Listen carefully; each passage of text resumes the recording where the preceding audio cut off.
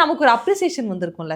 நம்ம சமைச்சு பரவாயில்லையே நம்ம சமைச்சது நல்லா இருக்குங்கிறாங்களே அப்படின்னு யாராவது சொன்ன தருணம், உணர்ந்த தருணம் என்ன? ஒரு பேங்க்வெட் ஈவெண்ட் மதுரை தாஜ்ல. ஏன்னா அந்த ஹோட்டலில் தான் நான் நிறைய கற்றுக்கிட்டேன் ஆக்சுவலாக. என்னோட ஃபர்ஸ்ட் ஜாப். ஆமாம், ஃபர்ஸ்ட் ஜாப். ரொம்ப ப்ரைம் டைம் அந்த ஹோட்டல் ரன் பண்ணிட்டு இருக்கும்போது. அந்த டைமில் 2008 to 10 அப்போல்லாம். ஏன்னா அப்போ கூட இருந்த ஷெஃப்ஸ் எல்லாம் அந்த மாதிரி ரொம்ப டேலண்டட் ஷெஃப்ஸாக இருந்தாங்க. ஒரு பேங்க்வெட் ஈவெண்ட் இருந்துச்சு, டிவிஎஸ் கம்பெனி நினைக்கிறேன். ஏன்னா வந்தவங்க எல்லாம் பிராமின்ஸ். Vegetarian event. அப்போது நான் பண்ண மல்லி ரசமும் வெண்டைக்காய் மோர் குழம்பையும் சாப்பிட்டு எல்லாருமே ஆகா ஓகோன்னாங்க.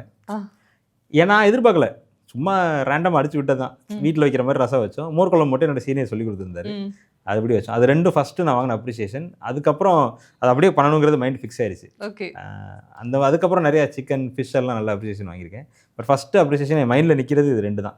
மோர் குழம்புக்கு அப்ரிசியேஷன் பெரிய விஷயம் சார், நிஜமாவே. அதான் டேலண்ட் ஆக்சுவலாக. நீங்கள் நான்வெஜ்லேயோ மற்ற பேசிக் டிஷ்ஷஸ்ல ஈஸியாக கஷ்டம் இல்லை, வெஜிடேரியன் தான் கஷ்டம். வெஜிடேரியனில் இம்ப்ரெஸ் பண்ணுறது ரொம்ப கஷ்டம்.